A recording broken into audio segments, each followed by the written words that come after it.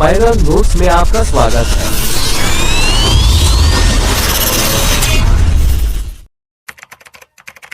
लक्षद्वीप में इस्राइल कौन सी तकनीक देना चाह रहा है? मालदीव की एक मंत्री के भारतीय प्रधानमंत्री नरेंद्र मोदी पर दिए गए बयान के बाद दोनों देशों के बीच तनाव है।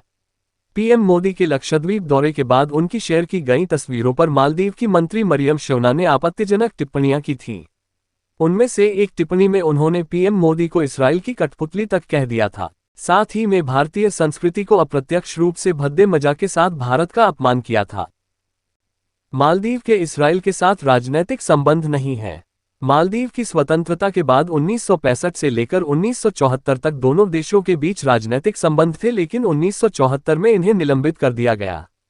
आज भी दोनों देशों के बीच में पूरी तरह से राजनीतिक संबंध स्थापित नहीं हो सके हैं, लेकिन मालदीव जाने वाले इस्राएली पर्यटकों की संख्या आज भी अच्छी खासी है।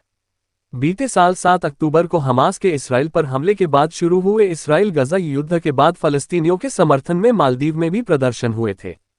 प्रदर्शनकारियों की एक मांग ये भी थी कि इस्राएली पर्यटकों को मालदीव आने से रोका जाए, लेकिन भारत मालदीव विवाद में इस्राइल की एंट्री तब हो गई थी जब भारत में इस्राइल के दूतावास ने अपने एक्स ट्विटर हैंडल से लक्षद्वीप की खूबसूरत तस्वीरें साझा की थीं।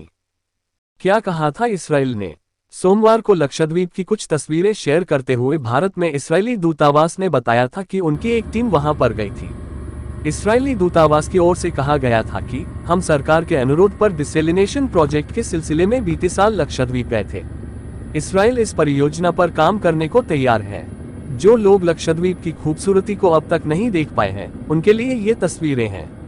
पीएम मोदी पर मालदीव की मंत्री की टिप्पणी के बाद लक्षद्वीप की तस्वीरें सोशल मीडिया पर वायरल होने लगी थी। कई चर्चित हस्तियों ने तो यहां तक कह दिया था कि लोगों को मालदीव की जगह अपने देश में मौजूद लक्षद्वीप की सुंदरता को जाकर देखना चाहिए। वहीं भारत से हुए विवाद के कारण मालदीव में लोगों को ये डर भी है कि इसकी कीमत पर्यटन उद्योग को चुकानी होगी। हालांकि लक्षद्वीप जाने वाले पर्यटकों की संख्या काफी कम है और उसकी सबसे बड़ी वजह सुगम यात्रा और इंफ्रास्ट्रक्चर का न होना है। भारत सरकार इसी दिशा में कई कदम उठाने जा रही है।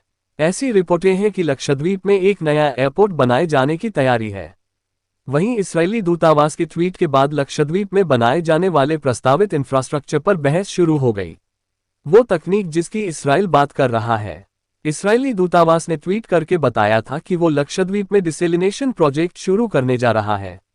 आसान शब्दों में कहें तो ये डिसेलिनेशन प्रोजेक्ट असल में खारे पानी से नमक और खनिज निकालने की एक प्रक्रिया है, ताकि उस पानी का इस्तेमाल पीने के लिए और बाकी कामों में किया जा सके।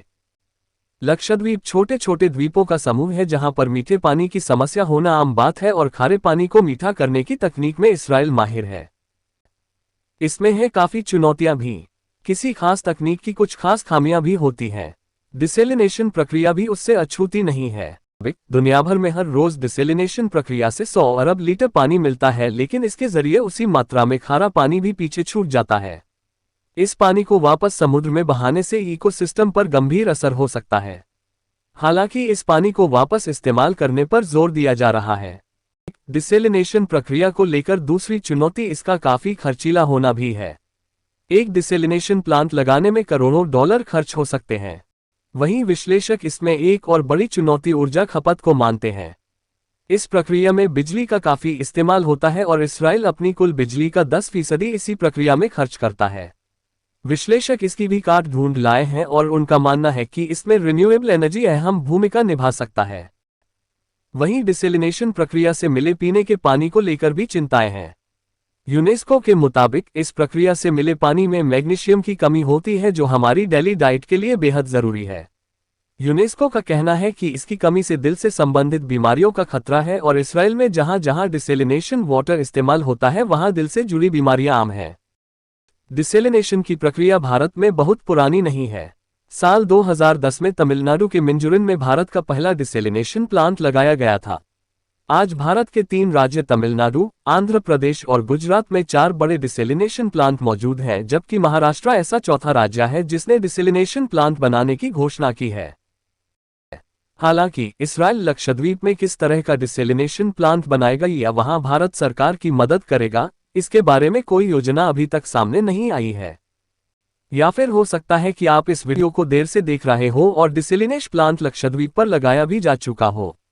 जाते जाते अगर आपने चैनल सब्सक्राइब नहीं किया हो तो सब्सक्राइब करें। धन्यवाद।